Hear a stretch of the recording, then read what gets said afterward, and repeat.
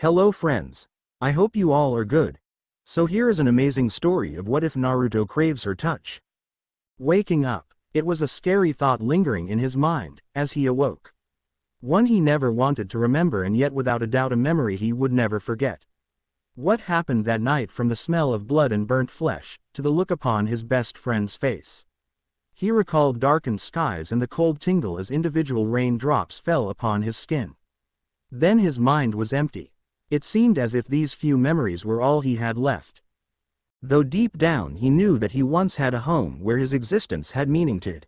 Since awakening in here he had forgotten many things about himself. His mind was breaking, his memories dissolving into nothing. Now more than ever he truly understood how troublesome his mind was. One minute he could be reliving moments from his past, the next he was broken searching the depths of his soul for answers as to who he was. No matter how much he tried to remember faces, names, friends, his home, it was all gone. It still existed in some part of his conscious, but it was fading quickly.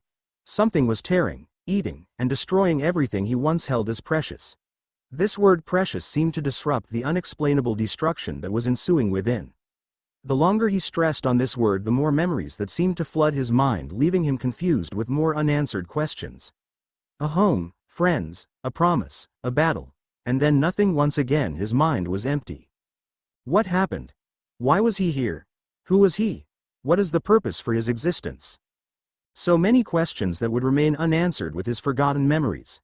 Then it began, a voice echoing throughout the corridors of his mind. At first it was barely a whisper, but with time all things grow.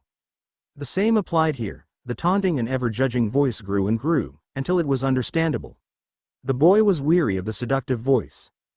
The voice calling, warping, contorting to any means it sees fit. Do you want to know who you are? The voice called from the ever-present darkness surrounding him. Sapphire orbs searched high and low through the darkness. Show yourself, coward, the boy said as he glanced around worriedly. Oh, I shall, foolish boy, but first tell me something. What is your name? The boy felt cold as he tried to remember. A name? I had a name once. So why don't I have one anymore? What? His thoughts were interrupted as an insane laughter permeated from the shadows. Please, you need to help me, the boy stated, no longer willing to deal with the problem by himself. Loneliness was the one thing he instinctively knew he wanted nothing to do with. Why would I help someone who doesn't even have a name? Another fit of laughter followed the voice's question. A name, right? He had forgotten his own name. The boy scratched his head and grinned sheepishly as he felt embarrassed that he couldn't remember something as simple as his name. Tell me, foolish boy, what would you? Before the voice could finish, the boy cut in. Do you have a name? Several minutes passed, the boy groaned and began tapping his foot out of irritation as the voice had still not replied. We hollows do not have names, the voice begrudgingly said, stopping the boy's infernal tapping. Now, as I was saying, before you interrupted me, which was very rude by the way, you foolish child. There was a grumpy growl coming from the hollow before he continued. What are you willing to sacrifice to retrieve your forgotten past? Anything, but what's a hollow? The boy replied quickly. Do not strain your minuscule brain. We hollows are nothing more than entities to help guide our masters to the truth. The boy didn't really think he could trust the hollow, but there was no one else here to help him. Now I will help you, but first, the hollow drawled. You must come to me, child, and give me everything? The blonde child just scowled. He wasn't sure why, but the voice seemed to frighten him. You're a stranger. Didn't anyone ever teach you about not trusting strangers? An animalistic laughter filled the black void of the boy's corrupted mind. It echoed throughout the dark space, reaching the very ends of the black world. Even through two large steel doors.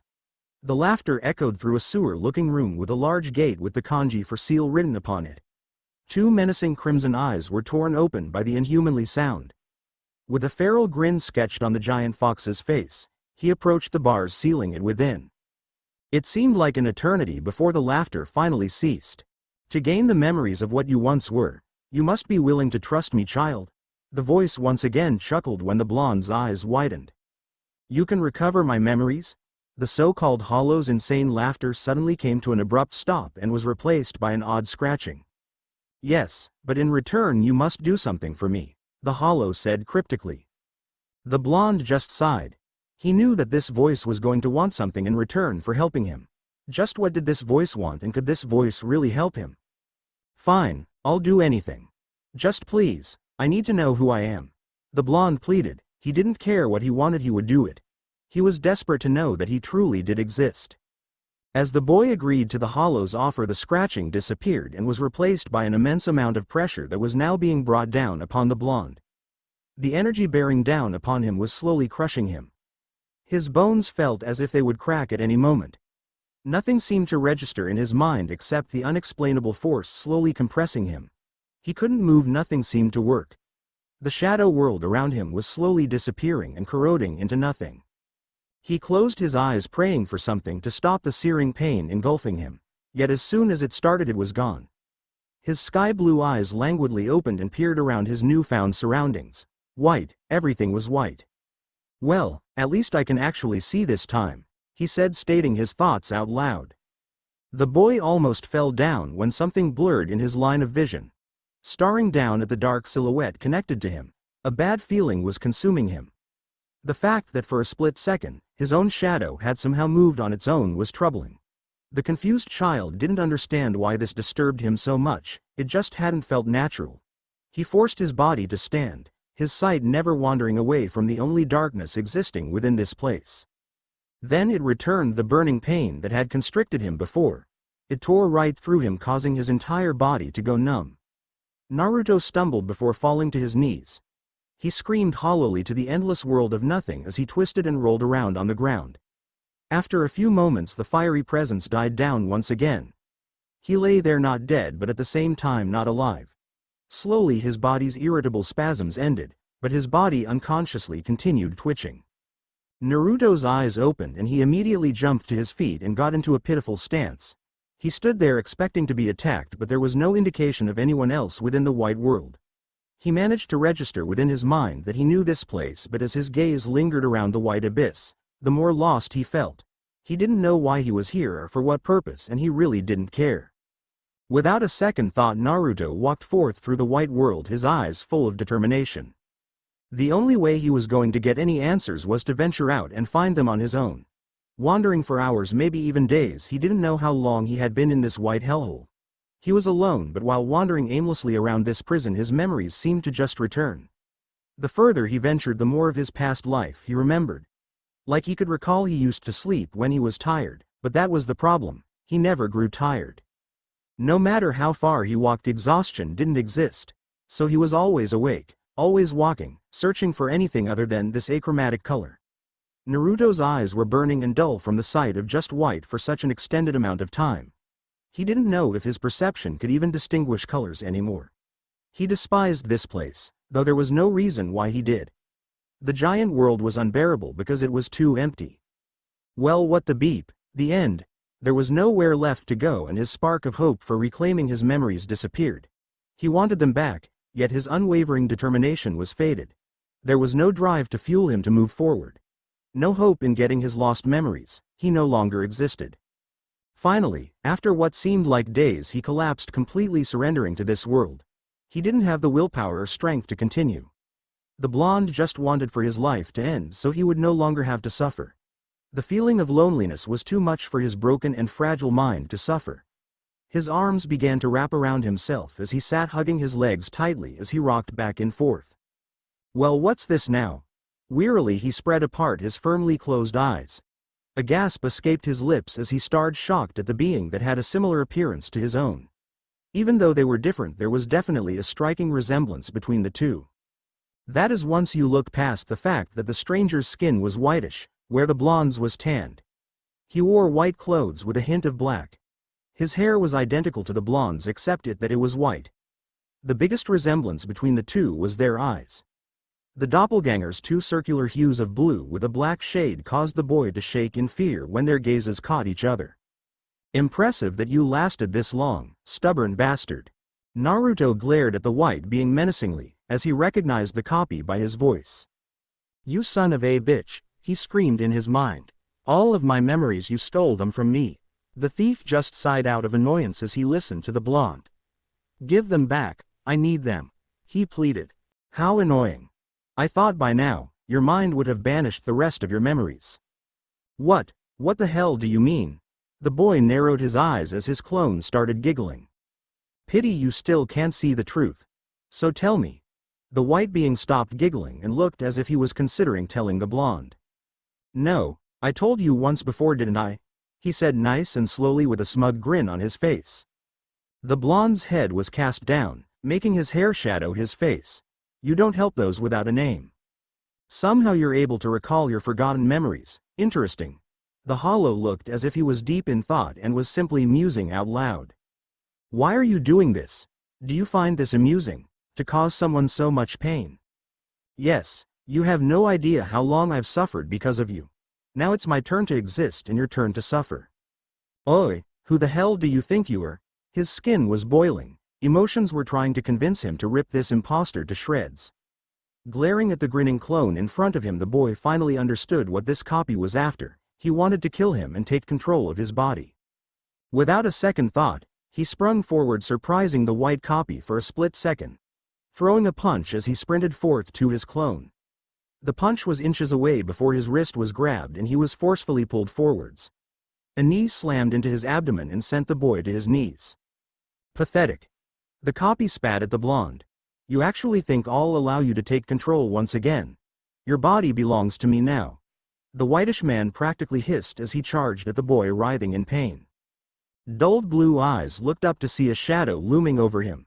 Naruto's vision cleared a little for him to see his doppelganger about to strike him down with his claws. Then something that shocked him to his very core presented itself, loudly. A bestial howl sent a shock wave tearing down the white world. The copy was sent crashing through a white wall and into a wall aligned with pipes. The blonde watched as his white clone lay there seemingly unconscious. He had to fight back the urge to scream when a red light started polluting the room. It began to tear down the walls, revealing a sewer with many different corridors and pipes. At the moment, the blonde boy wasn't concerned about where he was. It was who he was with that seemed to bother him. Naruto gaped at a giant orange fox with 2 exceedingly big crimson eyes and 9 tails. He couldn't help but show his fear for the beast, especially when it spotted him. He gulped as its eyes bore into him, almost causing him to faint. He was scared. He knew the fox could tell, and it didn't help with the gigantic beast grinning like a lunatic.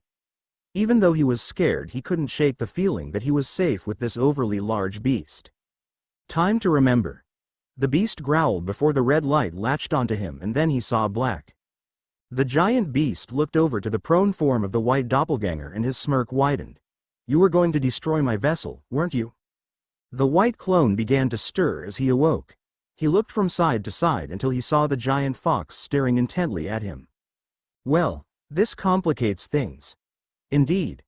The clone screamed and struggled to stand as one of the beast's large tails shot forward faster than he could react to. It wrapped around him and dragged his body to the beast itself.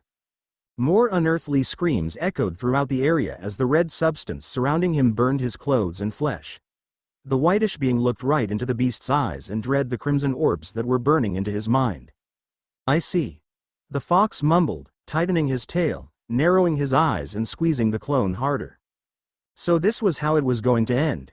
A giant fox was going to ruin his plans and take control. Great, just great. The fox continued to gaze into the blue orbs as if he could read the clone's mind. Well, how interesting indeed, Hollow. The fox's booming voice echoed as he set his captive down gently. Today has got to be my lucky day.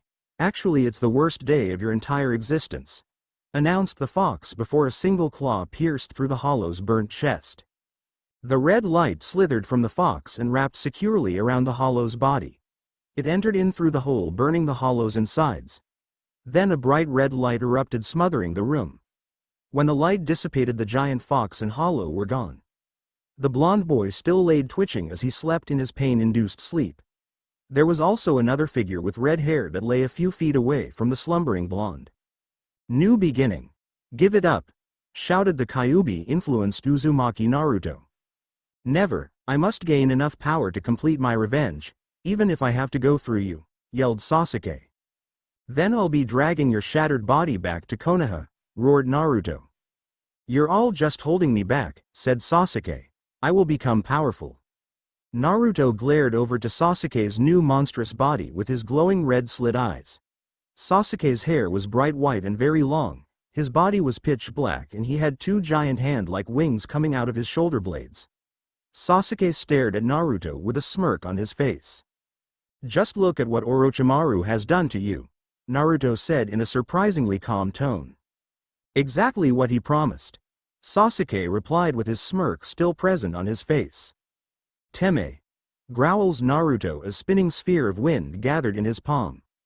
"This is the last time you'll get in my way, Dobi," Sasuke said calmly as his hand exploded with lightning.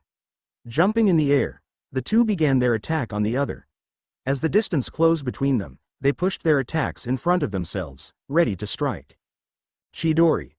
Rasengan. These two words rang out from the Valley of the End, resulting in a catastrophic explosion of a strange purple chakra. After a minute or so, a blood-curdling scream echoed throughout the valley.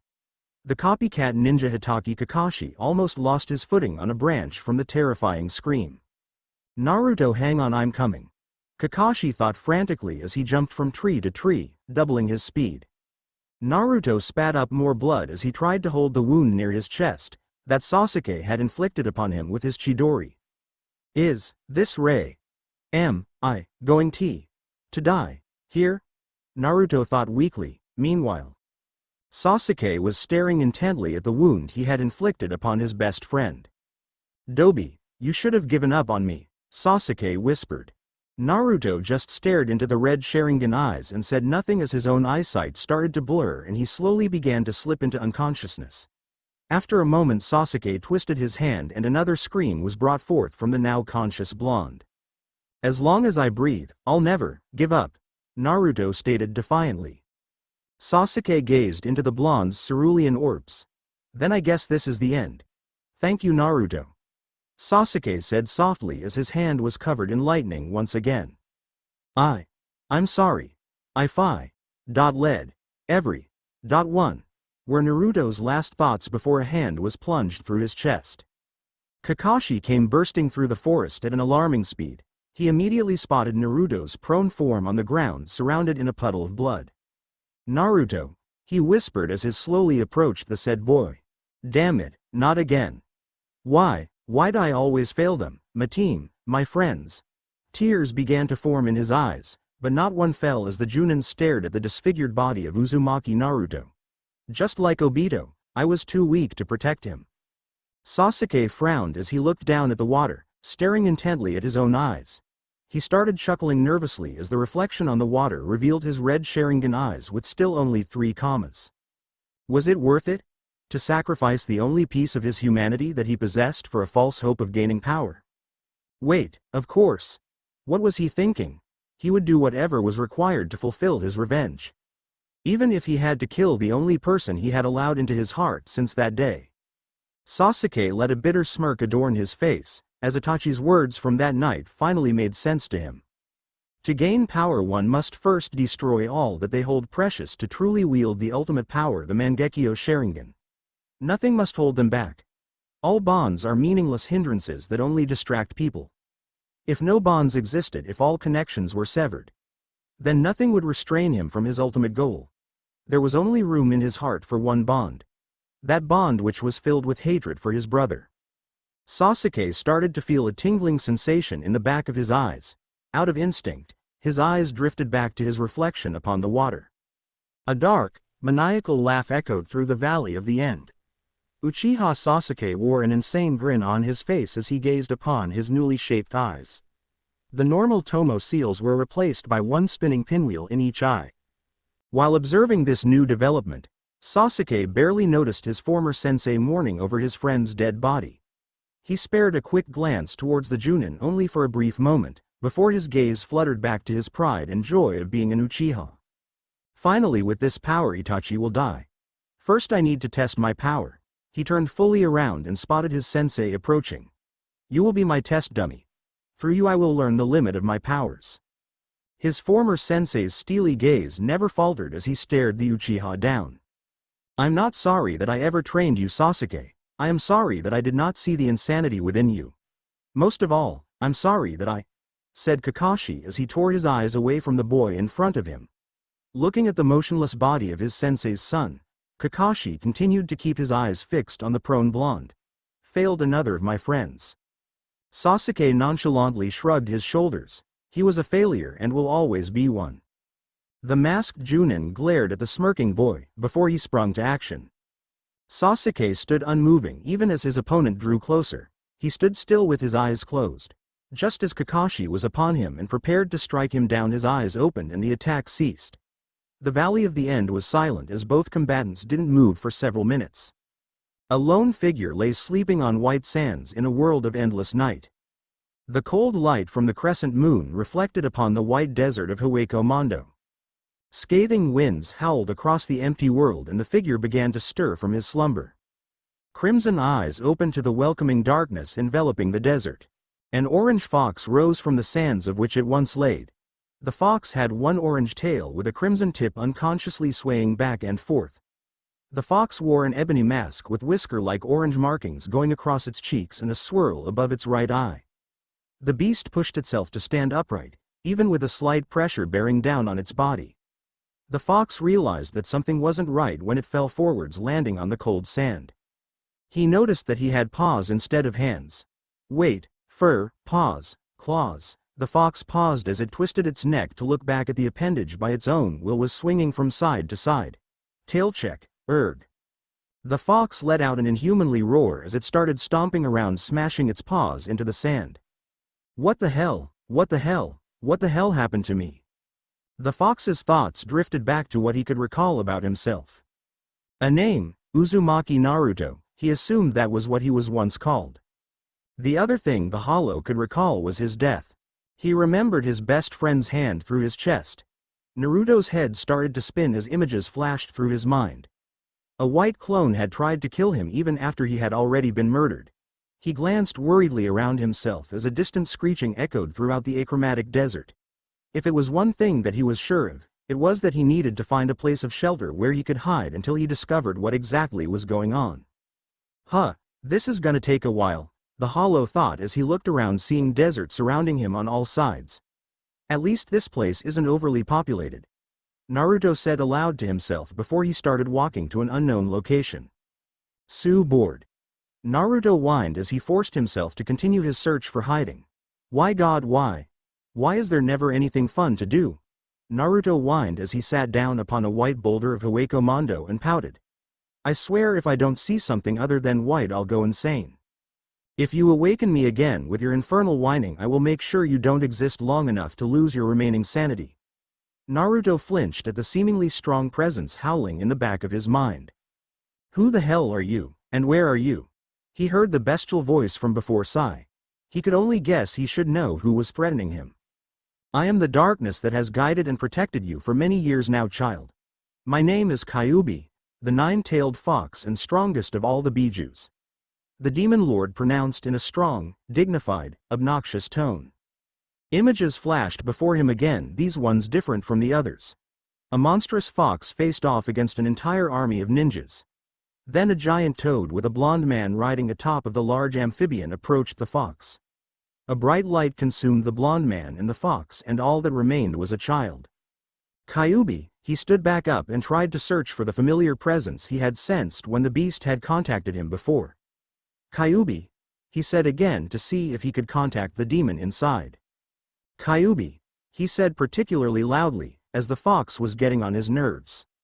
What? Normally a deity would have a much more composed attitude, but the demon lord had done some miraculous things in the past few hours and needed its rest. Naruto was forced to grab his head by the Kyuubi's booming voice.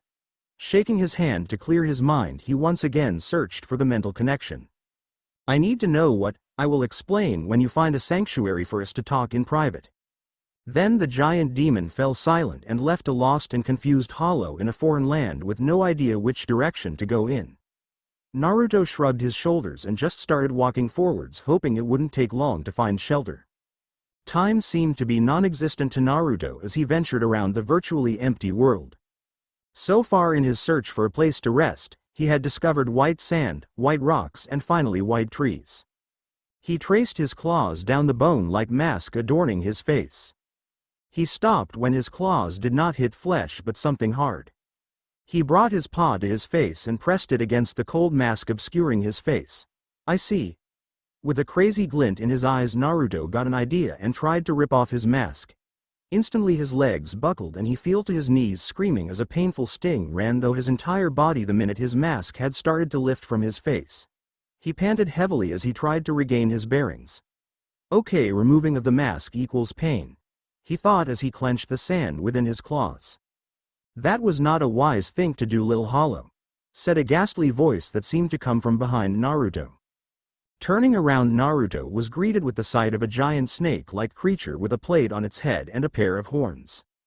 If you were to do something foolish like that, then you would purify my dinner, Lil Hollow, the snake said in a venomously sweet voice.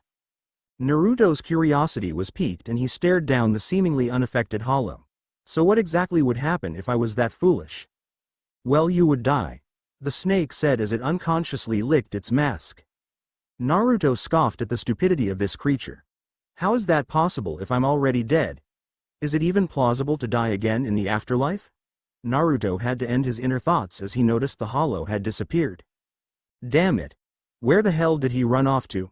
He was once again cut off as the ground beneath him exploded, sending sand flying everywhere. Still not used to his new body, Naruto just barely managed to avoid being eaten by the giant snake Hollow on instinct alone.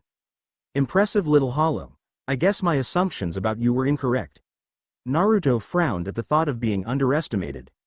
But it does not matter how powerful you are, little Hollow, 'cause you're my prey, he said as he swung his tail and began sweeping through the sand. Naruto managed to latch onto the snake's tail just after the thing slammed into him. The snake hissed violently as claws pierced through its scales. Naruto dug his claws deeper as the Hollow tried to knock him off by swinging his tail back and forth. Pulling his claws back, several scales were removed from the snake's body. Without even thinking, his decision over his claws were plunged deep into the snake's unprotected flesh. The snake shrieked and Naruto was left wondering if he had made a stupid decision. His thoughts were confirmed when he was slammed into the ground. The snake ruthlessly began slamming its tail down, crushing the other Hollow against the sand. When the snake stopped beating the fox to a bloody smear and began eyeing him with hunger glowing in its eyes, the snake licked its mask once again before it shot forward with its mouth open and fangs bared. Naruto had reached his limit. His body felt weak and he could barely move. He looked at the beast with its disgusting pink tongue shooting out at him. Not even in death can I find peace, he thought sadly as he closed his eyes and accepted his fate. Pathetic. How many times must I save you, boy? Naruto smirked at the loud voice in the back of his mind. So is this finally the end? No, it's a new beginning. Naruto's paws shook in fury as he felt a stirring in his stomach that seemed welcomed at the moment. The snake looked on fascinated as a red aura began to slowly emanate from his prey's body. This quickly turned to horror as the aura emitting from its meal flared and burned through the Hollow's tongue that had wrapped itself around the fox. The Hollow released a shrilled scream as its tongue was quickly reduced to ash. Naruto quickly regained his bearings as he felt rejuvenated by the familiar energy coursing through him. His gaze focused on the suffering snake ramming its head into the ground while letting out a loud, long cry of pain. After a while, the snake seemed to calm down and glared at the fox that had inflicted such an injury upon it. See what happens when you underestimate your opponent, Naruto taunted the mighty Hollow. The snake was furious that this puny Hollow was able to cause him such excruciating pain. In a deep, inhumanly sound, the snake snarled darkly at Naruto as it rushed forward. Naruto sighed as all sanity in the snake evaporated as it wildly charged forward. Let's end this. With a feral howl, Naruto forced his new energy into his arms. The red-colored energy bubbled from the fox's arms before it shot forward, extending like claws that wrapped around the other Hollow and dug deep into the Hollow's flesh. With a bit of concentration and a little force, Naruto squeezed his hands together, which quickly compressed the giant snake Hollow into a tiny ball. As he released his hands and the red energy disappeared, tiny orbs began to emerge from the Hollow's charred ashes that drifted with the wind. Naruto collapsed as the power that was fueling him was drained. He looked back before unconsciousness claimed him to see the orbs slowly merge with his body. Brown eyes displayed surprise and awe as they intently watched the fox-like Hollow laying unconscious on the ground. Interesting. Then the silhouette disappeared, leaving no trace that it ever existed. A small boy was sitting in the middle of a village, his arms securely wrapped around his legs. He sat there not moving and barely breathing. He was afraid. So fearful of what might happen if he drew attention to himself. Without a doubt in his mind he knew they would do what they always did to him. So here he was bruised and broken sitting in the middle of his beloved village, with everyone around him celebrating. A whimper escaped his lips and all eyes fell upon him. As the villagers finally took notice his presence, they began to yell obscenities while they searched for objects they could throw at him. He quickly wiped his cheek with his forearm. He remembered what happened the last time he had cried in front of his attackers.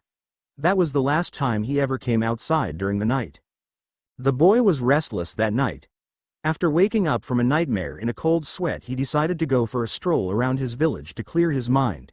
He had always enjoyed the nice gentle breeze that accompanied the night sky. Whenever he felt down or depressed, the darkness of the night would always lift his spirit.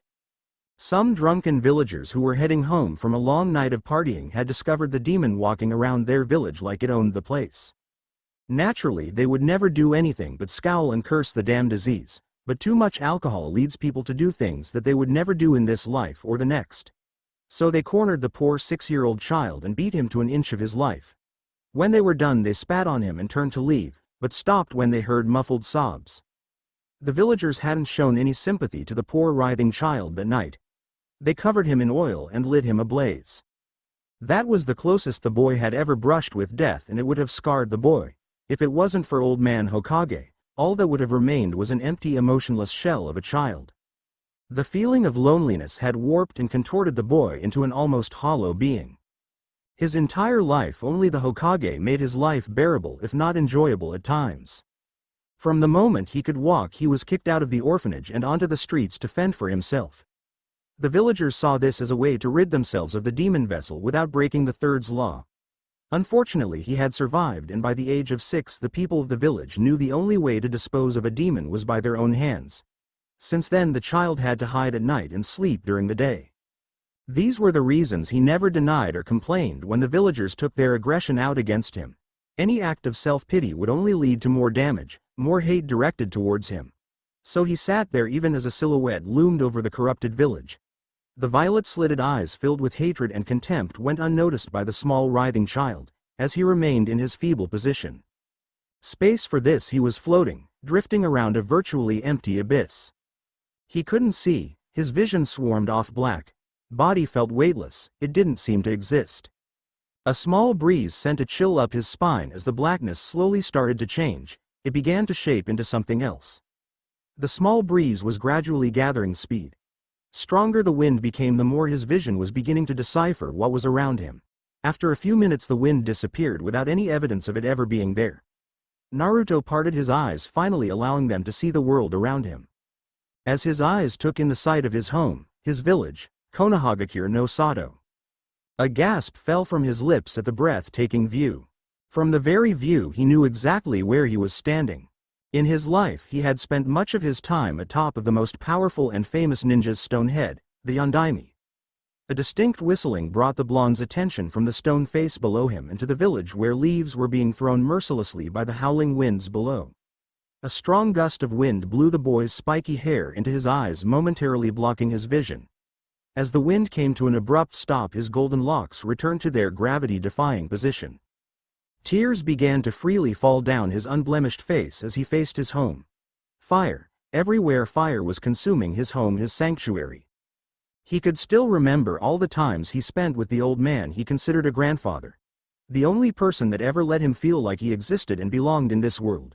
He was the boy's guardian and protector, but beyond the duties of a Hokage, he was a friend. His only friend in the village before he met Konohamaru. The cheerful boy who wanted recognition as being more than just the honorable grandson of the third Hokage. After that day he had made many friends and had gotten the respect of some of the villagers for his courage and love for their home. That all changed the day when the third died. The Professor Sandaime was his pillar of strength. Throughout his life he would save him when he wanted nothing more than to give up, to lay his head down and simply fall asleep for eternity, but on those particular days the old man would show up and spark his determination. Without him the blonde would have died many years ago, before he made friends, before he got the chance to truly live. But he had died, His best friend had cut their bonds and dealt the final blow that purged him from the realm of the living. Uchiha Sasuke betrayed a village that practically worshipped his pathetic brooding ass for a manipulating snake that only desired him for the cursed Uchiha bloodline, the Sharingan. Naruto didn't know when he had fallen to his knees, but he found himself stuck, unable to move. His entire being was screaming at him, pleading him to go and save his burning village, but his body did not respond to his commands. More tears streamed down his cheeks as he stared on with horror at his burnt village. Weakness was slowly invading his mind as he knew that he had failed everyone he loved and cherished. He knew it was over. With his death he had let so many down. Just the very thought of seeing his most precious people standing over his lifeless form with silky tears drifting from their eyes was enough to increase his sobbing even more. The power you seek, to protect those that you deem as precious. His head darted from left to right, trying in vain to find the source of the voice echoing in his head. I possess such power, child. The blonde snorted at the voice ranting about power. Yeah, I've heard it all before. If I wasn't already dead I would almost have guessed that you were Orochimaru.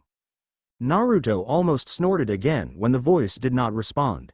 Again the insecurity of weakness consumed him as he knew if it was Orochimaru then he was as good as dead. Hell, even Konohamaru could probably kill him as he still could not seem to will his body to move. His eyes clouded over with sadness as his memories reminded him that he was already dead. Then who was talking to him? Maybe it is that damn white clone again.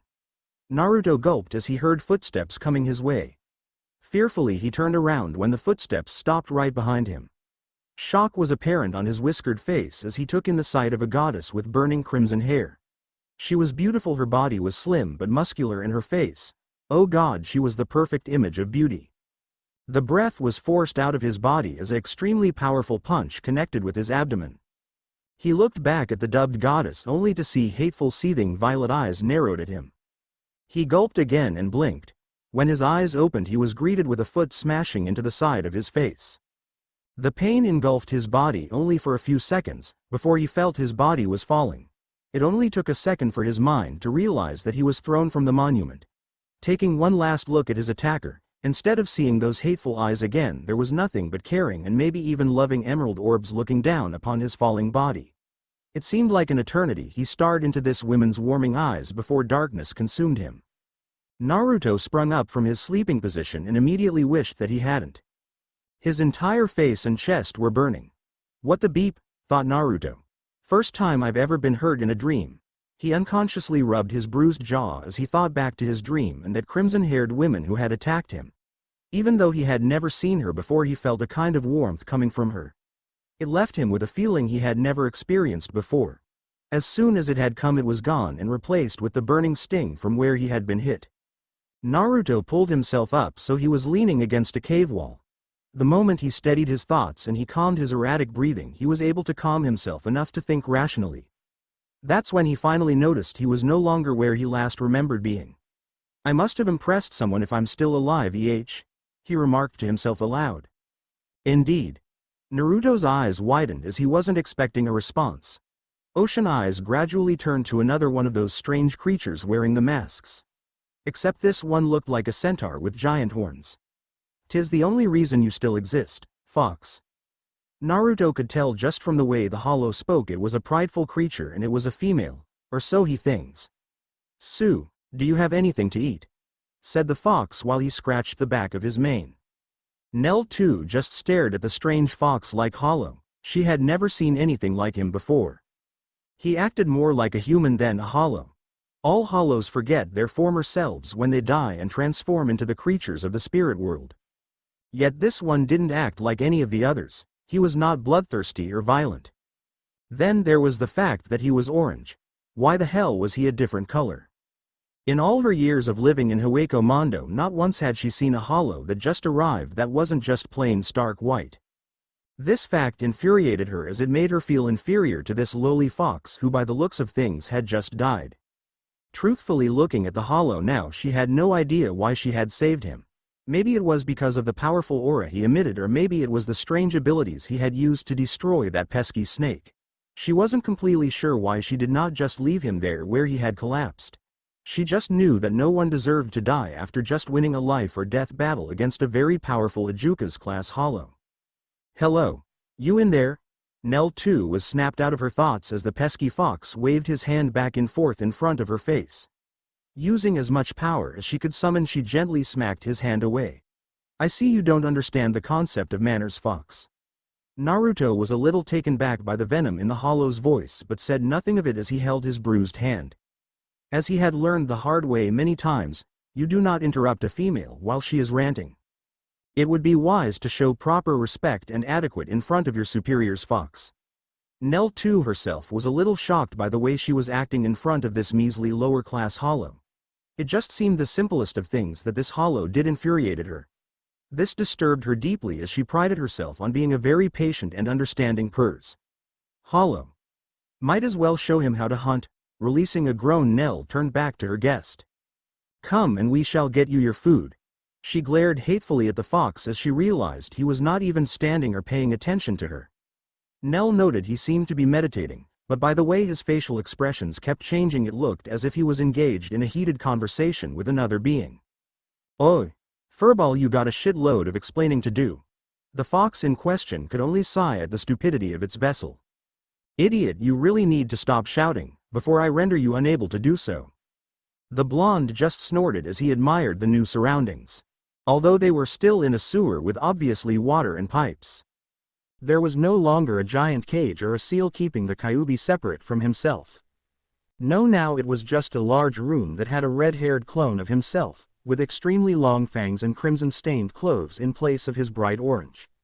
Well, I'll be damned, thought Naruto as he stared in amazement at his right hand with the leaf tattoo on the back. He was a human again. Not an ugly orange fox, but a normal boy. Well, as normal as you could be with whisker marks and a hideous orange jumpsuit. In here your image reflects off your soul, boy. Drawled the Kyuubi as he knew exactly what the blonde was thinking. Naruto almost didn't hear the nine tails as he was absolutely stunned by his appearance staring at his own reflection off the sewage water.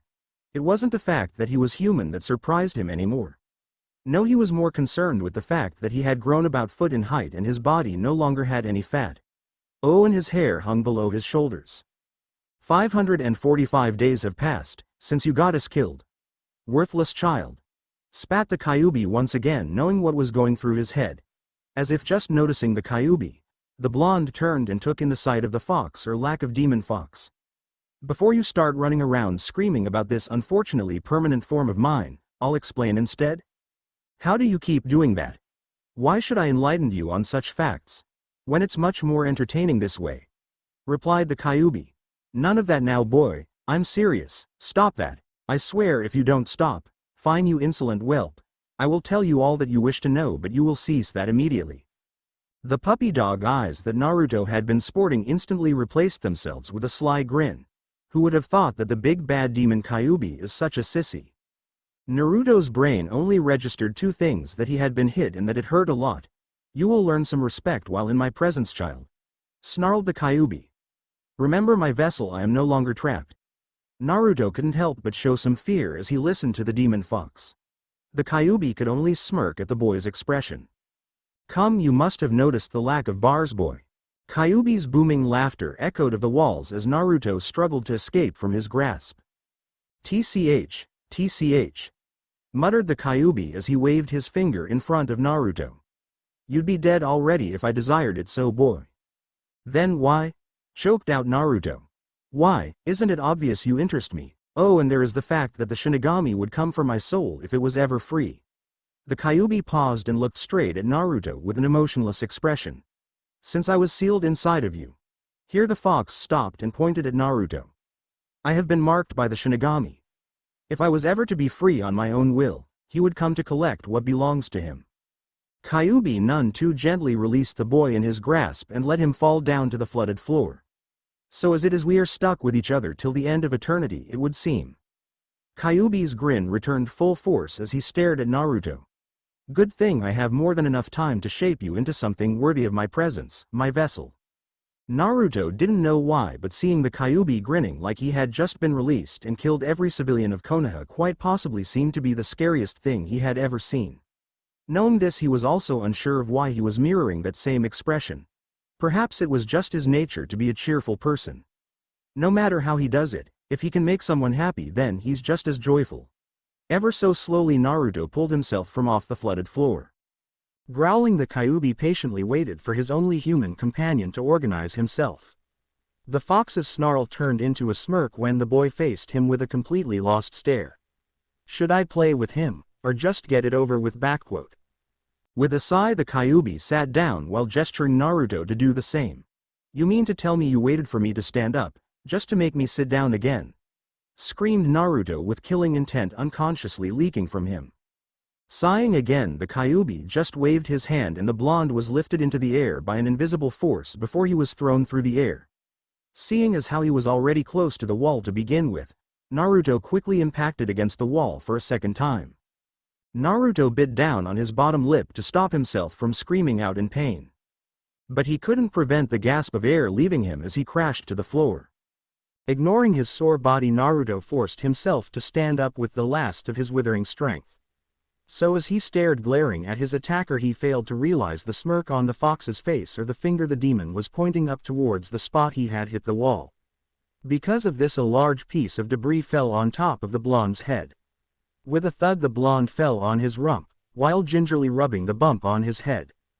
Seeing as you've finally gotten comfy, we can begin, said the red-haired demon.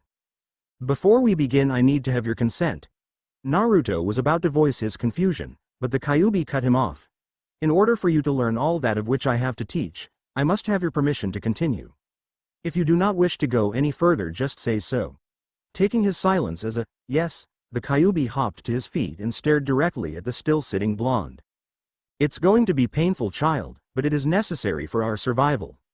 At these words, the Kyuubi quickly closed the distance between him and Naruto. The blonde lifted his head up to stare into the crimson-silted eyes of the Yokai King. Once their gazes met, the fox moved the last few inches that separated them and snapped his jaws down onto the blonde's neck. Naruto screamed out in pain as he squirmed on the flooded floor of his mind. His hands clenched tightly against the wound on his neck, in an attempt to stop the blood flow.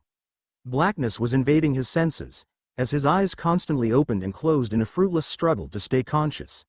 Naruto's eyes snapped over to the laughing fox hovering over him. Naruto's eyes narrowed as he directed one of the most hateful glares he could muster at the traitorous fox. Come now, there is no need for feeling betrayed. This is necessary, boy. In the end you will thank me, for now your story can truly begin. As his eyes closed for the final time, the last sight he saw was the Kyuubi giving him a toothy grin with his fresh blood flowing down the Yukai's face. Face to face. My mind is demented, my soul is taken. As the flame is demented by the wind and rain, as the earth is shaken by an earthquake. My heart has accepted what my eyes could never have believed. Becoming the archetype, self-existent face to face. Power, he could feel it flowing through him as he laid on the ground, twitching and shaking as more power coursed through him. It was spreading like a virus, tainting his body, mind, and spirit. After the bastard fox had bit him, he had been changing. His chakra or spiritual energy was changing, it was growing, it was becoming like the Kyuubi's. Throughout his entire body he could feel his old coils being burned away by this new substance. Even though he was unconscious, he could feel every bit of pain as his body was basically being cleaned to support this new energy. Oh, he was going to let that bastard have it when he awoke. Even in slumber he was planning on how to repay the fox for his gift. Kyuubi yawned for the 6th time since the procedure had begun.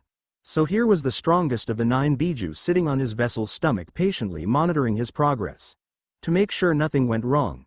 With his part out of the way, he was bored. A yawn once again broke the silence that permeated through the empty sewer. I swear, boy, when you awake I'm going to kill you, the Kyuubi whispered while he pulled on said boy's cheeks. With a huff, the fox lifted himself up off the withering body beneath him. You're just no fun right now, you know. Knowing no one could hear or see him, Kyuubi, the single most powerful demon, ever pouted. Kyuubi stared at the blonde for what seemed like hours, while wearing the same expression, until his hearing picked up the distinct sound of laughter. Following the sound of the tiny voice that was echoing off the walls, he gradually made his way away from the blonde and into the corridor. Still hunting down the source of all the noise, eventually the fox to a closed door. It was a thick-looking door that was braced with steel plates. The oddest thing about the door was its color. Blue. A pale hand wrapped itself around the handle on the odd door. As soon as the Kyuubi touched the door, it changed color from blue to red. With a small creak, the door was thrown open and the Kyuubi walked inside. As he looked around the room, he noticed certain aspects that made this room special aside from all the others. The room wasn't flooded, in fact it had marble floors and freshly painted walls. It no longer had the awful aspects of the other rooms, no rusted pipes or putrid gray stone. Walking deeper into this new area brought the Kyuubi to the very back of the room, where he found what had guided him here. "Ah, I see now," mused the Kyuubi. "This should make things more interesting." His hands gently grazed across the glass-like surface of the wall. But instead of an actual wall being there, it was replaced by a large see-through mirror that extended all the way across the wall from left to right. On the other side of this mirror was the small cave Naruto's actual body now rested in. Then there was the other hollow that was laughing as she seemed to be talking to the unconscious orange fox. The fox's own laughter billowed through the flawless room and into the flooded corridors as he tentatively watched the events happening outside of the boy's conscious. "Well, I can honestly say that things are going to get much more entertaining from here on out." With that said, Kyuubi turned away from the mirror and made his way back to the door. As he passed through the doorway, he noticed that his chakra was beginning to leave him. It was being drawn back to where Naruto's soul was resting. "Here I thought he was going to die before the painful part began," commented the Kyuubi as he closed the door behind him, and a click was the only signal that the door had been locked. He walked at a leisured pace while making his way back through the sewer. So concerned with getting back to his vessel, he didn't notice the door turn back to blue. Or the fact that the bottom left corner was turning violet. "I made this damn obvious, so if you don't know what this room is, then send me a PM or ask in a review and I'll explain." When the Kyuubi finally reached the area he named the shithole, Naruto was screaming as he splashed through the filthy sewer water, scratching and clawing at anything and everything around him. Kyuubi, none too surprised by these events, simply paced around him while humming a quiet tune. After about a minute or two of the demon still circling the blonde, his humming was gradually getting louder as the screams and growls were starting to lessen in volume and ferocity. Another few seconds and they eventually stopped altogether. Kyuubi continued to hum his pleasant tune until he was crouching in front of the stilled boy. "Be grateful, child. I would have gladly watched you suffer through this all. But you see, my hearing is most sensitive, and with your high-pitched screeches I was more likely to kill you than the transformation you're going through. So be grateful, for the worst is over, for now." His gaze lingered on the motionless body until he was satisfied with the results of his little experiment. Without a second thought, the Kyuubi plopped himself back onto his victim's chest to wait out the remainder of the transformation. Her horns pierced through a lizard's chest while she blocked a charge from the boar hollow behind her by kicking him in the face, cracking his mask a bit. Spinning around, she tossed the lizard to the other hollow. They collided and both of their masks cracked a little more. Before Nell could finish them off, they both retreated out of the cave and disappeared into the night. When she was positive they were gone, she resumed her original spot and thoughts before she was attacked. For the second time in her life she was happy, confused, and afraid all at the same time. Happy that she had saved someone who could be one of her strongest allies. If things went her way, not many would be able to stand up to the two of them. Confused because with every second that passed the once pesky fox seemed to be getting more power out of thin air. Before he had collapsed hollering in pain to the high heavens, his strength, while impressive, couldn't even touch hers. But now his energy just kept increasing, like the very air itself was lending this beast its strength. Soon he would blow past her in spiritual energy. Though that wasn't what frightened her. Oh no, she could still easily defeat him with skill alone. What she feared was the feeling to the energy that he was outputting. When they had been talking, his aura was calm and peaceful. Now, however, it radiated bloodlust and evil. Its very presence was enough to unsettle her own and bring out some of her more primal instincts. She had immediately crushed them with her own strength, for she refused to be defeated by this beast. Especially when said beast is unconscious and knows not what he is doing. She wanted nothing more than to get away from this foul energy that was affected her, but she knew she could not. While his energy would scare most of the weaker hollows away, the ones stupid or brave enough to seek out the source would gladly devour him to increase their own strength, like the two she had just encountered. Now there was a thought that had crossed her mind more than once. For some reason she had almost no desire to even touch him in such a way. Whether it be out of fear or her own pride, she did not know. For she had eaten many different beings that were foolish enough to challenge her.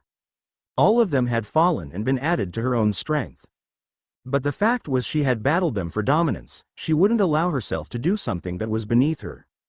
So with a sigh she thrust her hand into the ground. Sound of flesh tearing met her ears before a medium-sized worm was forced out from the dirt. She barely took a single look at the creature before green flames erupted around it and its energy became hers. With one more sigh she turned back to the very being that was causing her so much trouble. When you awaken, Fox, you have a lot of explaining, followed by a personal lesson in manners. Nell mumbled while tearing her eyes away from him and back to the entrance where she could hear footsteps. Diving to the side, Naruto avoided the human-sized fox for what seemed like the 100th time. He quickly pivoted on his left foot and drove his right palm into the beast's underbelly as it descended upon him. His attack met success by sending the beast into the opposite wall, but the crimson chakra encasing it burnt his hand. Normally such a thing would not even faze him, but for some reason he wasn't healing.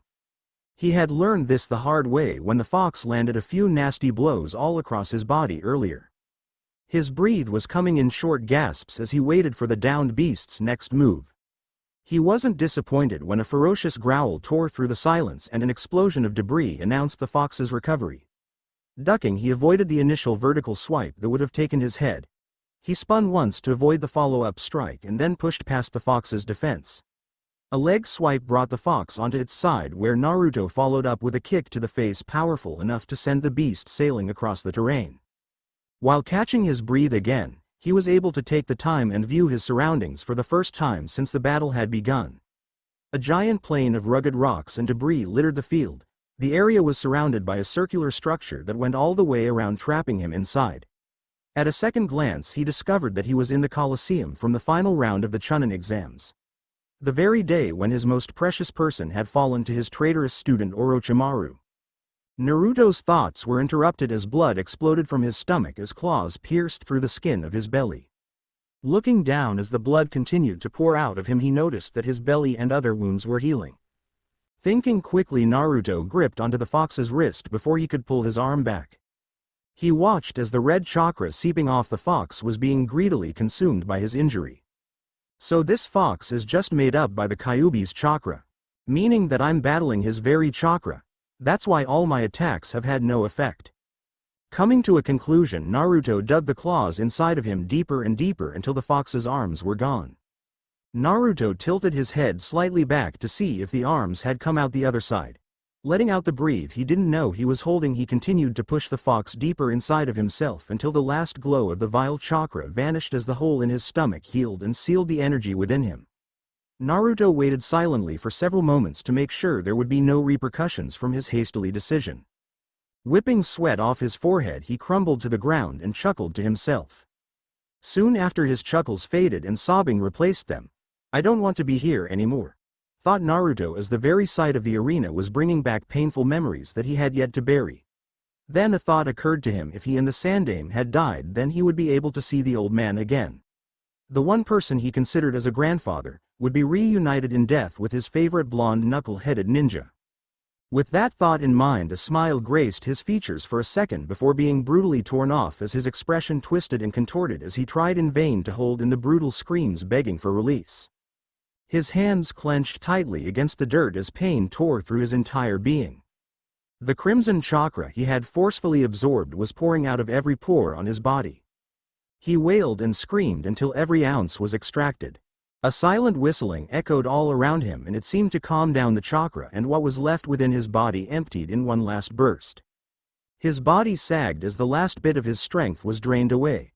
Looking up, he was surprised to see the red chakra hovering over him. "Oh fuck.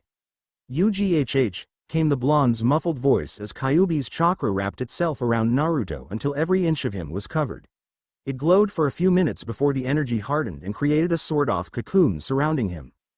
After taking a moment to check up on Naruto's progress, the Kyuubi returned to his nap. Exactly 2 hours and 53 minutes later, Naruto's prone form burst into movement as he flung himself up into an advanced taijutsu stance, taught to him from Jiraiya. "Well, how did it go?" Naruto's eyes immediately narrowed as he caught sight of the bastard fox relaxing while he just went through one of the most painful experiences of his life. You bastard, you goddamn bastard. Do you have any idea what I just went through, what you put me through? Naruto's voice gradually grew louder until he was full out screaming. I did what was necessary to ensure that we would be fully prepared. Understand this, my vessel, if we die here there is no other chance. After this we will return to the very thing we were born from. Nothing, explained the Kyuubi. Oi ya could have gave me a warning at least. Naruto almost growled when the Kyuubi laughed. What and ruin the surprise? I think not. Anyways, enough of this idle small talk. There are more pressing matters to discuss at the moment. Naruto stretched before giving the fox his full attention. Now I'm sure you're aware by now that your power has exponentially increased, yes? Receiving a nod, Kyuubi continued. To sum up everything that happened, we fused. Kyuubi looked at Naruto to judge his reaction. What? Basically you will absorb all my power and become the nine-tailed demon. I have come to terms with being imprisoned here, and I am not ready to die yet, and there was not many options left. It was either this or being sent to limbo, and I made my decision. Standing up, Kyuubi strode from his position to Naruto. This mark on your neck signifies you as the next Demon King. Though it will be a long time before you reach my level of power, boy. Naruto gulped as he took in all this information. I am. Mon. Sighing at his vessel's thoughts, Kyuubi decided to relieve him of his worries. While technically you are a demon, it's your choice in whether you act as one. Trust me, you can't even imagine what sort of things come out of being the strongest demon in existence. Naruto stared at the Kyuubi, completely mortified. You mean our minds aren't going to fuse as well? Watching as relief watched over his vessel's face as he nodded his head, he couldn't help himself but break out into a fit of chuckles. No boy, we will still stay separate. It is just my energy that will become yours to command. Naruto's head snapped up as a thought came to him. That's why I had to battle against your chakra. To wield it I had to overcome it before it would obey me. The Kyuubi grinned as it seemed that the boy's intelligence had also improved. But then why did we appear at the Chunin exam arena? It would have been the same thing if we fought right here. Naruto quirked his head to the side a bit in an unconscious action that expressed he didn't understand. Not only do you have to conquer my power itself, you have to overcome your greatest fear. The place you appeared was the one place your soul never wanted to return to. The Kyuubi's grin faltered for a second at his vessel's downright miserable expression. Forget about it. If you are still alive, then you indeed succeeded in the required tasks, so let us not dwell on the past. Especially since your savior is waiting for you to awaken. If I remember correctly. Here the fox paused as he scratched his smooth chin. She did not seem too happy about being forced to protect you from being devoured while you had a nap. Oh yeah, I kind of forgot about her. Hand behind his head, Naruto smiled sheepishly with his eyes closed. Ya don't think she'll be mad and hit me, do you? Kyuubi laughed and waved his hand in front of him. Naruto felt himself being lifted in the air again by the same force that had thrown him earlier. Just before hitting the wall he heard Kyuubi's response. I'm counting on it. As he was expelled from his own conscious, Naruto's eyelids languidly opened to reveal blood-red eyes, with violet slits. Ah, well, that was not fun. So you have finally awakened. If it weren't for the amount of power you were emitting, I would have assumed you were dead. Naruto quickly jumped to his feet and started backing up away from the fuming hollow. Now wait, let's not do anything rash. I have a perfectly good reason for drifting off like that, Naruto said so quickly Nell didn't understand a single word he said. Slower, she commanded. I said please wait and allow me to explain before you jump to conclusions. While it wasn't what he had originally said, it seemed more polite than his previous words that had just spewed from his mouth in his nervousness. Trust me, you have a lot of explaining to do, especially about your transformation. But for now we have to go. Naruto didn't hear what Nell had said after transformation. Looking down at his body he discovered that his fur was not orange anymore. Red? Naruto stared baffled at the blood-soaked hair covering him, until he remembered Kyuubi's words. So this must be one of the perks he was talking about. Yes, red. How you managed to change color and gain so much power is beyond me. But come, it is not wise that we keep him waiting, said Nell as she made her way to the entrance. That time Naruto did hear what she said, and it left him with one question in mind. Who? Oh, You'll find out shortly, so come we leave. Raising an eyebrow, at her reply Naruto followed none the less. His interest was piqued and he wanted to meet the being that, this was the moment he discovered. He didn't even know the hollow's name. I don't even know your name yet, that is if you have one. You do have one, right? Groaning in frustration, Nell turned around and glared hotly at the smiling fox. My name is Nalil 2 Oderschwenk. You may refer to me as Nell or Nell 2. We leave now, she added before allowing him to reply. Well, I'm Uzumaki Naruto, nice to meet you, Nell, hollered Naruto as he chased to catch up with Nell's fast pace.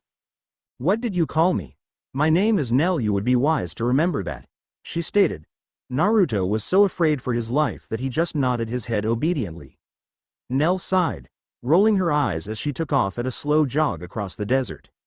Nell threw one last glance over her shoulder to make sure this Uzumaki Naruto was following. Two blurs passed through a large collection of hollows and kicked up sand as they passed, showering all of them in it. As Nell continued at her slowed pace, she had to wonder to herself how exactly Naruto seemed to be so powerful and strong and yet so stupid at the same time. She had figured it was going to take a very long time for them to reach their destination, since last time she had seen him move was when he was battling the snake and his movements were sluggish and weak. She had assumed he would need time to adjust to running on all fours, but after a few minutes of experimenting it seemed to come naturally to him. Which brought up even more questions about the enigma beside her. Shaking her head, she set those thoughts aside for when she would interrogate him. So have ya lived here long? Bringing her finger to where her lip would be, Nell too appeared to think on the question for a moment before she dropped her hand and picked up her pace without answering his question. In reality, she knew exactly how long she had been here for. It was just fun to annoy the fox. Grumbling about annoying girls, Naruto sped up to match Nell's. They traveled in awkward silence as they quickly made their way across the endless desert, until one very annoying fox couldn't take it anymore. Are we there yet? Again Nell had heard his question but chose to ignore him. Are we there yet? Nell knew exactly what he was trying to do and she wasn't about to fall for it. Are we there yet? Somehow he had caught up to her and yelled right in her face. No, now shut up, she said as she swiped at him. Naruto laughed the entire time as he backpedaled, avoiding her swipe. How about now? Nell too was pretty sure she was going to strangle her annoying companion if not for the fact that she could see a figure in the distance. Yes, said Nell as her speed began to lower. Naruto looked ahead and he too noticed the blurry image of a person standing a few hundred feet away. As they got closer, Naruto could make out that it was a person, a human person to be exact, that was standing in the distance looking directly in their direction as if he were expecting them. With one final leap, Naruto landed in a crouch as he appeared in front of the mystery man. Nell immediately bowed her head. Aizen-sama, Nell said before lifting her head and standing at attention like a perfect soldier. I was starting to wonder if you were coming, Nell-chan, said Aizen with a small smile. Naruto stared at Aizen and took in his appearance. He was a handsome man with slick brown hair and glasses. He wore black and white robes and had a blade at his side. As Naruto continued to inspect Aizen, he realized that the man's smile was fake and behind his smiling facade was a very ugly and cruel being. If there was one thing Naruto was good at, it was masks, and his were much better than this human's. Ah, where are my manners? Aizen said as he stepped past Nell and approached Naruto. My name is Sosuke Aizen. It is a pleasure to meet you, Naruto-kun. No, the pleasure is all mine, Aizen-san. Aizen chuckled softly at the hostility within the hollow's tone. He extended his hand out in a formal greeting which Naruto hesitantly returned. Naruto almost gasped from the pressure bearing down on his appendage in Aizen's grasp. Please, I'd rather you address me as Sensei Naruto-kun. Can't wait for violence, revoke our dreams of demons. To tear the world apart now that we have our reasons. Our Holocaust will start. Nothing face, big fun at the gallows. A blonde-haired man paced swiftly down one of the many halls of Las Noches. His facial expression didn't show it, but one glimpse in his eyes would be enough to have many inhabitants of Hueco Mundo cowering before him and his power. Tanned arms wrapped in a black fabric with maroon strips down the side extended and gently glided along the cool tiles that decorated the walls. 10 more paces, left turn, 24 paces, right turn, 16 paces, right turn. The blonde repeated in his head to make sure he was going in the right direction. Many times during his approximately 119-year-long stay here he had found himself aimlessly wandering, lost, around these never-ending halls. Only after 10 years of staying in this compound did he decide that he was tired of getting lost for hours at a time and being late for everything from a simple meeting to his own private lessons.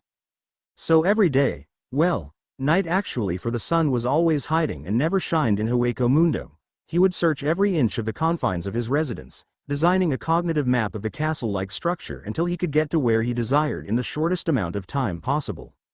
This process took a good 4 years since he had many other duties. That didn't matter to him, though, since all he had left was time. In fact, ever since his death his life had improved greatly. No longer was he feared for destruction that another had caused, nor was he hated for such events. Now, power coursed through him like a raging waterfall, always flowing. If he was feared, then it was because of his own strength and his own actions. Long slender fingers traced the pattern of his own symbol that he had ordered etched into each and every tile. The symbol was a simple spiral that had a triangle at the end. It was the mark of his birthplace, Konoha. All of his garments bore the symbol, though they were of varying sizes and colors. Regardless of the fact that he hated most of the inhabitants of his old home, there were a few he recognized as family. That fact alone was the reason he refused to let go of the symbol that marked him as Uzumaki Naruto, genin rank shinobi of the village hidden in the leaves. 24 paces, right turn, 37 paces, left turn, 6 paces, door to the left. Following the directions laid out in his head, the blonde turned to the left and gripped the handle of a brown wooden door. His eyes stayed fixed on the door in front of him for a few moments before his gaze wandered to a white door further down at the very end of the hall. The hallway branched off into 4 directions, east and west leading elsewhere within Las Noches, south going in the direction Naruto himself was now standing. North leading to a dead end where the door in his sight existed.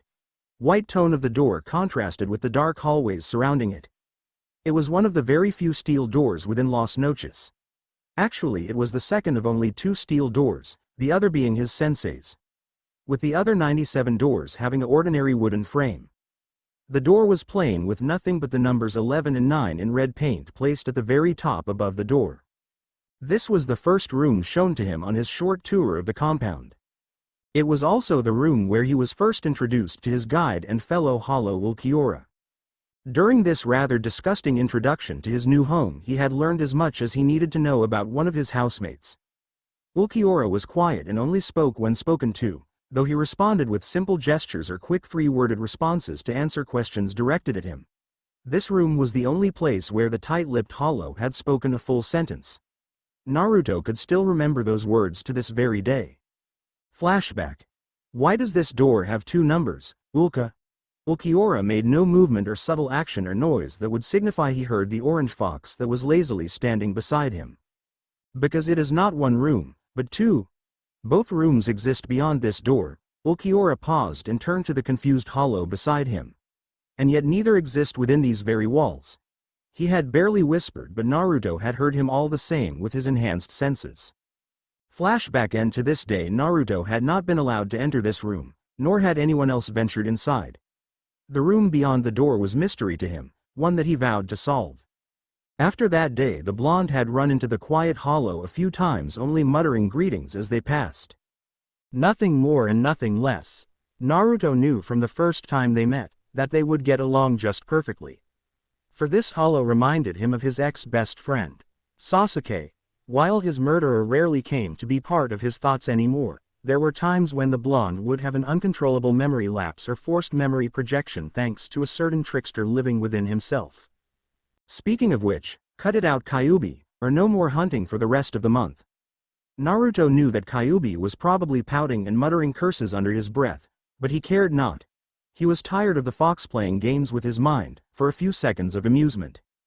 Turning the door handle, Naruto walked into a room filled with different chairs gathered around a strange circular table bearing a map of all the different areas of Hueco Mundo. The table was an ancient item that had just simply always existed within this same room. It displayed each and every being scattered throughout the realm of white sand. No one knew how it did what it did, or for that matter how it came to be. Forcing his thoughts not to stray from his reason of being here, he quickly pulled out the chair at the northeastern part of the map. Good evening, Aizen-sensei. I hope that it is a reason of the utmost importance for my summoning. I was in the middle of training. Naruto was seated with his eyes closed as he spoke loud and clear, his voice echoing throughout the room. A small chuckle echoed back at him before a veil of darkness dropped, revealing Aizen Sosuke's chuckling form. As perceptive as ever, Naruto-kun. Naruto kept his eyes closed as the chuckling shinigami took his seat at the south end of the table. I guess you still haven't accepted that your prized illusions have no effect on me. Aizen's chuckling stopped and he brought his gaze upon his best student. Yes, another extraordinary talent of you foxes that I find, oh so fascinating.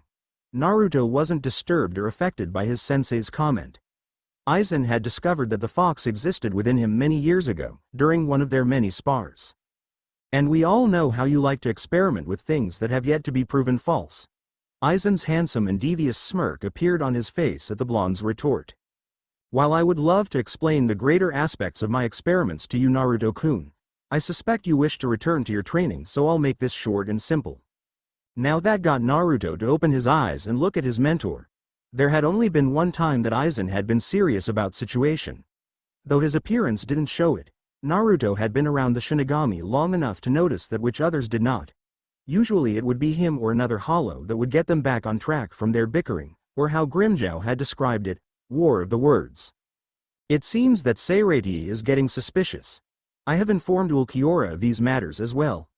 Captain-level Shinigami are now roaming around on Earth. Even though he was warning him and probably all of his most loyal followers, Naruto couldn't help but notice the amusement dancing within his sparkling brown orbs. There has also been a rumor circulating around Seirei about a hollow with its fur stained crimson from all of the souls it has devoured, killing off any Shinigami patrolling near the borders of a small forest on the eastern plateau. Naruto rolled his eyes at his sensei's hidden message. So what? Do you expect me to just let them go when they so willingly trespass on my domain? Aizen shook his head with his right hand caressing his forehead. I think a little discretion is all that is needed for your preservation, Naruto-kun. His words were saying one thing, but his eyes were telling him something completely different. So you think that Soul Society are sending their captains to hunt me down then? Folding his hands neatly in front of himself, Aizen smirked at the blonde. All I am saying is that if a prey wanders into your web so willingly, make sure you do not do likewise. With that, Aizen waved his arm in front of him in a dismissive manner. Following his sensei's command, Naruto briskly arose from his seat and left the room, to return to his evening training. Kakashi sighed again as he stood at attention in front of his sensei in life and death. Minato turned sharply to face Kakashi. Am I boring you, Hitaki? Perhaps you'd like guard duty of the western wall instead? Kakashi stood at attention immediately. Forgive me, Taicho. When the copy nin heard giggles erupting from his sensei, he leveled a healthy glare at his captain. Come on now, Kakashi, that was funny. Again a sigh came from Kakashi as he put up with his leader's quirks. Even when alive you were always such a stiff. What happened to that man who came here crying tears of joy while squeezing the life out of me? He died. Kakashi replied in a serious tone. Kakashi had a wide grin on his face, not that his Taicho could see it through his face mask that covered the lower half of his face. Hearing a strange scratching noise, Minato looked up at the ceiling. He only had a second for his face to display the horror he gazed upon before a barrage of water balloons fell from a hole in the ceiling leading all the way out through the roof. I think you just revived him, Taicho. Kakashi laughed at Minato, who was soaking wet from head to toe. Kakashi squeaked as a familiar light gleamed in the corner of his Taicho's narrowed right eye. Then the chase began. Kakashi burst out of the 3rd Division's captain's office and knocked down the huge amount of documents a fellow Reaper was trying to bring in. Muttering a quick sorry as he passed by, Kakashi used Shunpo to leave the immediate area of the 3rd Division. Kakashi smiled to himself as he sat down upon the large walls that surrounded Seirei. He gazed out at his new home with a contented smile. Even now he was amazed by what came after death. Throughout his entire life he always assumed that when you died you'd either be tortured in hell or live peacefully in heaven. But somehow along the way he ended up in the middle. While at peace most of the time, there were times when he had to battle fearsome creatures who wished nothing more than to devour his soul. Kakashi's smile slipped as a few stray thoughts entered his head. Blonde hair, blue eyes, whisker scars, and an orange jumpsuit. After Kakashi had arrived at Rokungai, he was almost immediately drafted to become a shinigami. During his training at the academy, he encountered the Yondaime Hokage, his sensei Minato Namikaze. That day they stayed up long into the night, with Kakashi reliving his death and that of his students. Flashback lightning crackled and the sound of thousand birds chirping echoed all around as lightning covered Kakashi's right hand. Rushing forward, Kakashi stabbed his raikiri forwards, aiming for the pale man in front of him. His attack plunged into the man's chest and blood exploded forth and covered Kakashi with its putrid stench. As his attack died down, he tried to retract his arm from the dead man's body, but he discovered it wouldn't budge at all. Coo. Did you honestly believe I'd be that easy to defeat Hitaki Kakashi, son of Hitaki Sakumo? Kakashi turned around in time to see Orochimaru pulling a blade from his throat and handing it to the raven-haired boy beside him. Prove your loyalty to me, Sasuke-kun, and kill the last Tai remaining from your village, said Orochimaru, as he watched Sasuke taking practice swings with his blade. Sasuke stopped his motions with the grass cutter and pointed the tip at his sensei. Kakashi, realizing the danger he was in, tried in vain to remove his hand, but found he now had no control of his body's movements. His muscles were twitching with all the effort he was putting forth to move even his free arm. I see my paralyzing poison is taking effect. Why else do you think I allowed you to even hit a clone of mine, Kakashi-kun? I injected that clone with a deadly poison that causes the entire body to seize up in seconds. Soon your heart will even stop beating and you will die without the anti-vaccine. Coo. Luckily for you, Sasuke-kun is willing to put you out of your misery. Orochimaru gave Sasuke a pat on the shoulder and it propelled the genin into action as he sprinted forth to deliver the final blow to end his sensei's ninja career. Through sheer willpower alone, Kakashi managed to move his left hand to his pouch and firmly grip a couple kunai. The blade entered his chest and punctured his lungs instead of the heart due to Sasuke's inexperience at controlling a blade. Gahhhhhhhh. Even with a blade sticking out of his chest, Kakashi smiled at the sight of his student thrashing around while clutching at the kunais embedded into his eyes. Though he was going to die, at the very least he had stopped Konoha's greatest traitor from gaining the Sharingan. So, with a hidden smile, copycat ninja Hitaki Kakashi closed his eyes as his lifeless body fell to the forest floor. Flashback end: the next day they had searched high and low looking for Naruto but with no results. Minato was so concerned about his son he went as far as demanding the leader of the Gote 13 Shigekuni, Yamamoto Genryusai, to send out a group of shinigami to find his child. General Yamamoto agreed to his terms and a search party was sent out to find Uzumaki Naruto. Even though Minato was grateful, he knew the only reason he had helped in finding his child was because of the yokai within him. Days went by and there was no sign of Uzumaki Naruto. Both he and his Taicho had been depressed for a long time. But one night Minato exclaimed quite loudly that if his son wasn't here, then he had survived and was living a wondrous life as a ninja and a hero in Konoha. That or he attracted an army of hollows because of his furry friend. Of course, Kakashi looked at his conclusion in a different way. Minato smoothly slid behind Kakashi and trapped him in a headlock before Kakashi sensed his presence. The captain of the 3rd Division got a little worried when his 6th seat didn't react or struggle. Releasing his pupil, Minato stood beside him while looking in the opposite direction towards Rukongai. Kakashi, I know he's out there and we will find him eventually. Look on the bright side, at least you got 12 years to spend with him. Kakashi wrapped his left arm around his Taicho's neck to give him a one-armed hug. All we'd have to do is chop your legs in half, cut your hair, draw whiskers on you, and you'd be his spitting image. They both laughed at Kakashi's crude joke. The once Sharingan wielder could feel his Taicho's pain and envy, since he had never even got to spend more than a single hour with his own son.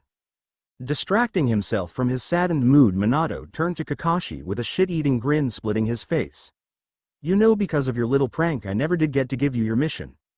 Kakashi smiled sheepishly as he slowly backed away from his Taicho. Minato's grin seemed to grow larger as he observed his 6th seat's reaction. Jiraiya just got transferred to the 3rd Division. Kakashi stood there stunned. But he only joined the 2nd Division 10 years ago. I thought you had to be in your chosen division for 25 years before applying for a transfer to a different division. Minato just laughed as he watched Kakashi's dumbfounded look. It was actually Yoruichi Dono that requested his immediate transfer from the 2nd Division. They both smiled at the thought of Jiraiya trying to spy on the captain of the second division.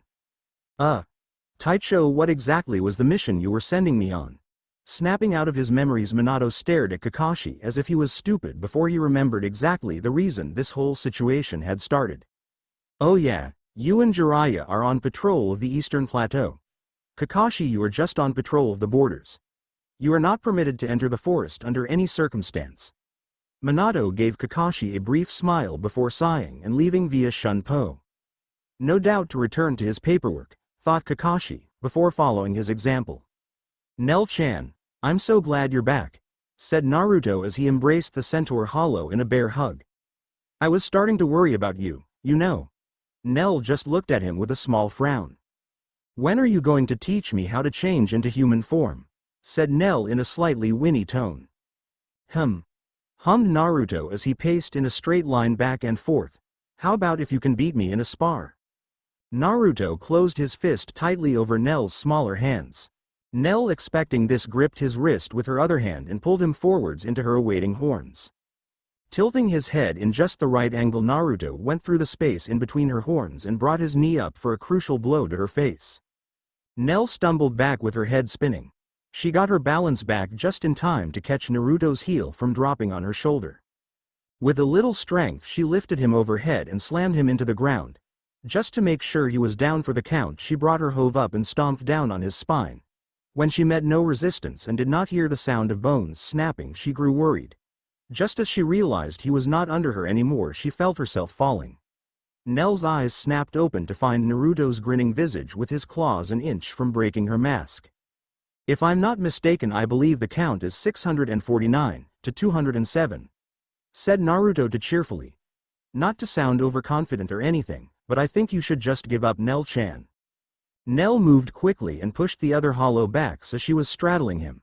No, I think you should improve on your statistics, Naruto-kun. A shiver tingled up Naruto's spine as Nell seductively whispered into his ear. I'd love to see how far the two of you would go, but I don't feel like telling Aizen that the reason we were late was because you two couldn't control your hormones. Nell quickly jumped off of Naruto and glared hatefully at the smirking panther. Grimmjow, said Naruto as he also embraced the white panther in a tight embrace. Yeah, it's good to see you too, now put me down before I tear you to shreds. Grimmjow said as he was finding it difficult to breathe. Now Aizen has called a meeting and he wants the three of us to be in the central hall in 5 minutes, said Grimmjow after catching his breath from Naruto's overpowered hugs. After you, milady, said Naruto as he dropped to one knee and motioned for Nell to go ahead of them. As Nell walked past Naruto, she gave him a quick shot to the shoulder before disappearing inside Las Noches. I still almost can't believe how much you managed to change her whiskers, said Grimmjow with a smirk. Naruto simply just waved off his fellow Hollow's comment as he also entered into their home. Chuckling the whole way, Grimmjow followed behind the two lovebirds. Ah, it is nice to see you all, especially you again, Naruto-kun, said Aizen from atop of his throne. Please find a seat amongst your brothers and sisters. Looking around, there was about 30 different hollows seated amongst different pillars that held up the roof of the grand hall. It was massive, 40 yards across with a domed ceiling 40 yards high. The ground was cool and smooth as sand and yet as tough as steel. Naruto simply stood beside the wall closest to the door. While he enjoyed the company of most of the occupants situated around the room, a few in particular left him with a bad taste in his mouth. Well, Uzumaki, long time no see. A voice whispered tauntingly from beside him. How is Aizen treating his numberless pet? Still a sore loser, I see, Neutra, said Naruto without turning to the other. The hollow known as Neutra hissed a few curses under his breath before switching his gaze from Naruto to the green-haired centaur residing near the middle of the room. Quite a beauty, isn't she? I wonder what she'll look like in her next formus, said Neutra with a silent hiss at the end. His question was answered by Naruto grabbing him and slamming his snake body against the hard stone wall. I wouldn't dare think such thoughts if I were you, growled Naruto with contempt, licking at every word. Aren't we just a jealous little kid, Uzumaki? Instead of responding, Naruto slammed the despicable hollow in his grasp against the wall again, indenting it with Neutra's form. His hands removed themselves as he allowed the hollow to fall to the ground and slither away. Naruto laughed nervously as all eyes seemed to be focused solely on him. Well, now that we've had our fun, said Aizen as he smiled at Naruto, I believe it's time to get this meeting underway. Every hollow switched their sights from Naruto back on to their leader as he spoke. Naruto found his hands quite interesting when he noticed they changed back into paws. Turning to look at the reflective floor, Naruto realized during his little fit he had transformed back to his true form. A hulking 8-foot fox covered in blood-red fur with 3 whiskers on each side of his mask. Concentrating a bit of energy, a crimson hue emitted from Naruto as the image of a giant fox shimmered before disappearing altogether. In its place was a 17-year-old blonde male with blue eyes. The only thing that remained from his true form was the 3 pronounced scars in the shape of whiskers on each cheek. Thinking back on it now, he had to thank the Kyuubi greatly for teaching him this little trick. Flashback. You really are an idiot, sneered the ancient demon lord. I mean, a newborn could do this within seconds. Naruto growled at the fox who, by chance, was not giving him much help or advice. Well, maybe if you would actually explain to me how to it, then maybe I could. After almost 11 years of trying to change his body so he appeared to be human again with no results, Naruto was beginning to lose hope. Let's just face it, it's impossible without you giving me any meaningful tips or advice, Naruto said as his arms fell to his side. Kyuubi just stared evilly at him. Meaningless advice. Why, you foolish mortal, how dare you speak of my methods of teaching as inferior? I have told you everything needed in knowing how to transform yourself. Just because you are a talentless monkey in no way reflects on my abilities, said the fox furiously. Now stop being a kid and get back to training. I would rather kill us both than have such a weak vessel, you hear me, boy? Mumbling something, Naruto grudgingly got back to his training. I will explain it again in a way you might actually be able to understand, said Kyuubi mockingly. Focus your energy and create a small barrier surrounding you. Kyuubi stopped speaking as Naruto focused his energy to form around himself. Very good, now keep focusing that energy, but at the same time force your remaining energy to compress into the form you desire. Imagine how you want yourself to look and carve your energy into that shape. Again Kyuubi paused as Naruto followed his instructions. Now all that remains is to simply allow your barrier to fade. No, stop, good. While you release the energy encased around you, you must hold the energy back from overflowing and taking its natural shape. But it hurts a helluva a lot, whimpered Naruto. Of course it's painful, you fool. What, you didn't think suppressing our power would be easy, did you? Shaking his head, Kyuubi continued to observe his vessel as the barrier slowly vanished and a human figure replaced that of a kitsune. Well, it's not perfect, but at the least the headache is over, Kyuubi muttered darkly. Alright, what's next? Said a faceless Naruto cheerfully. Although he changed his body to form into that of a human's, he forgot to add the extra features, like eyes or a nose. I will teach you nothing else until you can perform this flawlessly without any thought required. After that, Kyuubi cut off their connection and left Naruto to practice by himself for the next 21 years. Flashback. End. Normally, to learn such an ability would take a normal kitsune anywhere from 50 to 100 years. However, when you have a demon lord that's over 2,000 years old instructing you, it comes a lot easier with the extra knowledge and experience. Snapping out of his thoughts, Naruto returned to reality, just in time to see all of the hollows present were shuffling out of the grand hall.